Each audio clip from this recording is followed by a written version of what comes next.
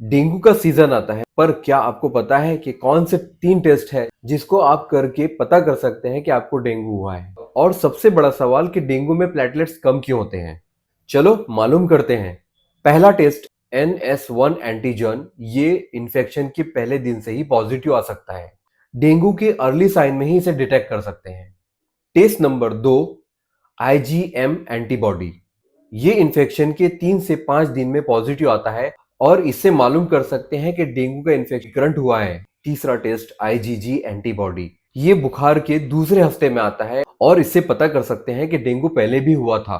अब प्लेटलेट्स कम क्यों होते हैं, चलो पता करते हैं। इसके 3 रीजन हैं। पहला रीजन, प्रोडक्शन कम हो जाता है, यानी डेंगू वायरस डायरेक्ट इंसान के बोन मैरो पर इफेक्ट करता है। प्लेटलेट्स बोन मैरो में बनते हैं, डेंगू वायरस बोन मैरो पे असर करता है और वहां पर प्रोडक्शन कम हो जाता है।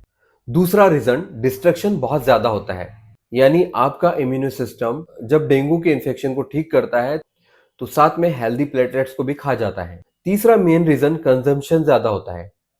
डेंगू इन्फेक्शन में ब्लड की बारीक कैपिलरीज फट जाती है और वहां से ब्लीडिंग होती है, तो ब्लीडिंग को रोकने का काम करता है प्लेटलेट्स, इसलिए वहां पर प्लेटलेट्स बहुत ज्यादा यूज हो जाता है, इसलिए भी डेंगू में प्लेटलेट्स कम होते हैं।